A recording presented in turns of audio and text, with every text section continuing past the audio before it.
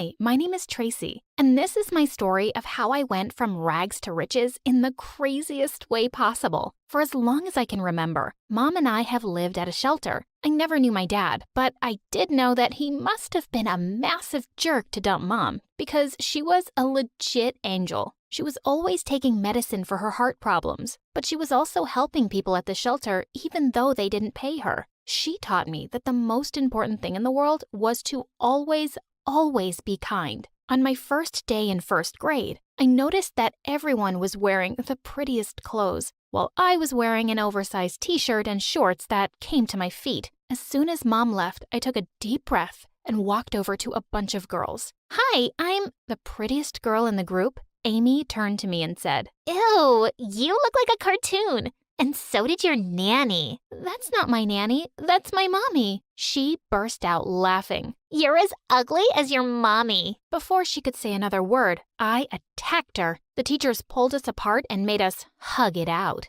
For the next few years, school continued like that. Amy became my biggest nemesis and was always trying to be a pain in my butt. One day when I was in the 8th grade, I was walking to school when I suddenly heard a strange scratching sound from behind the dumpster. I decided to take a look. It was an adorable little puppy trying to hide under an old cardboard box. I picked it up and wrapped it in my school jacket. Hey there, little guy. You lost? Just then, I noticed it was wearing a collar made of diamonds. Aw, baby. Someone loves you. Just then, a manic-looking man in a suit came running out and out of another alley. The minute he saw me, he charged straight towards me and snatched the puppy from my arms. Hey, what are you? Before I could finish, a woman dressed in really fancy clothes and heels came running after him, and she started screaming when she saw the puppy. Had these crazies broken out of some rich people's mental hospital? Oh, my kushushu, pushushu boo boo, baby, mama missed you. And then she turned to me angrily. You were trying to steal my dog. Excuse me, I wasn't trying to steal your dog. I just picked him up from the street. To steal him? Or his collar? No, to help him. I'm not some common thief. Finally, the woman looked like she believed me, and she said, Fine. You saved my Jimmy, and I don't want to owe you any favors. My car is parked there. Come with me, now. I said no, and that she was a stranger. Then she nodded to her driver, who made me get in the car immediately. Take us to the big bazaar, and let's get her whatever she wants. We reached there, and as the driver was walking in with me, I spotted the nearby pharmacy and said I wanted to go there. When she asked me why, I said the only thing I wanted to buy was medicine for my sick mom. I even took out the prescription and showed it to him. The driver walked back to the lady and explained everything to her. She looked really surprised and then nodded. Once I'd bought the meds, she offered to drop me back home. As soon as we got there, I realized the bridge between our two worlds, her fancy car and my old shabby shelter home. I felt kind of embarrassed, so I quickly thanked her and ran inside. But to my surprise, the woman was waiting for me outside the shelter the next day, and she had a doctor with her. She had brought him to check up on my mother. After a thorough examination, the doctor said the meds were not the right ones and he immediately changed them. After the new prescription, Mom started to feel better in a few days. I felt so happy and relieved. I called the woman up and thanked her for her kindness. She laughed and said, Don't go soft on me, kid. Consider this a favor repaid. I thought that was the end of it and I wouldn't see the woman again. But to my surprise, the next day, her car was outside the shelter again. As soon as I saw her, I rushed towards her and hugged her. She hugged me back. I gave her a flower I'd picked up on my way, and her face lit up. Now that your mom is taken care of, I hope we can buy something for you today. We went inside the mall and had so much fun together. She took me to every boutique and shoe store in the mall. After I had literally shopped till I was ready to drop, she dragged me to the ice cream place, and then we went to the arcade. We spent hours playing every game we could, although she was even worse than I was. Over time, we grew quite close. One day when I went to school, Amy was lazily leaning against my locker waiting to torture me as usual. Hey, Patches. How many times are you going to patch up that ugly coat? It's beginning to look like a quilt now. I completely ignored her as I removed my coat, and then suddenly everyone gasped. I was wearing some of the new clothes the rich lady had bought for me the day before, and then they noticed my Prada bag. What did you do, Tracy? Rob a bank? Oh, I just decided to take fashion a little seriously. And let me give you some advice. That shade of green on your face is a really ugly look. Everyone was suddenly taking me more serious now that I was better dressed, and even coming over to me for fashion tips. I knew it was pretty shallow of them, but seeing how much it bothered Amy made it worth it. One day when we were at lunch, Amy and her minions walked up to me. She glared at me as though she'd eat me alive. Suddenly, I realized we were wearing the same outfit. Admit it. You're wearing a cheap copy. There's no way you can afford an original limited edition. I don't know, Amy. Yours looks like the wrong shade of white. Are you sure you're not wearing a copy? The minions' eyes widened and they started to whisper, and Amy turned a horrible shade of red. How dare you!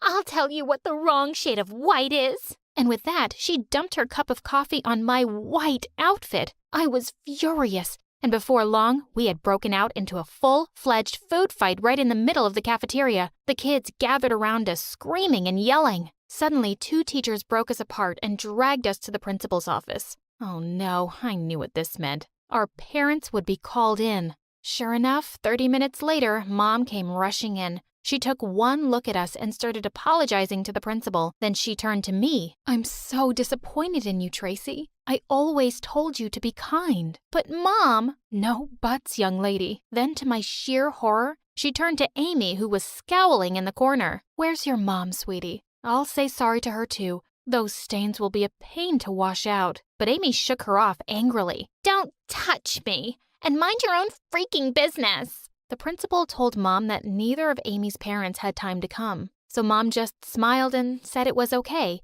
Then Amy and I apologized and walked out. Outside, the rich woman was waiting for me. As soon as I saw her, I ran to her. Suddenly, I heard someone say, Are you freaking kidding me?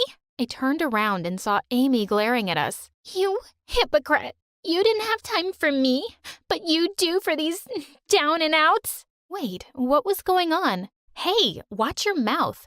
Who do you think you are, huh? Oh, great question. Why don't you tell her who I am, Mom? What? Are you her mom? You said you didn't have any kids. Oh, am I dead to you for good? Amy, stop it. Amy stared at her mother with rage in her eyes. No, you don't get to tell me anything anymore. Don't act all mommy dearest now when you haven't even bothered to talk to me in ages. What?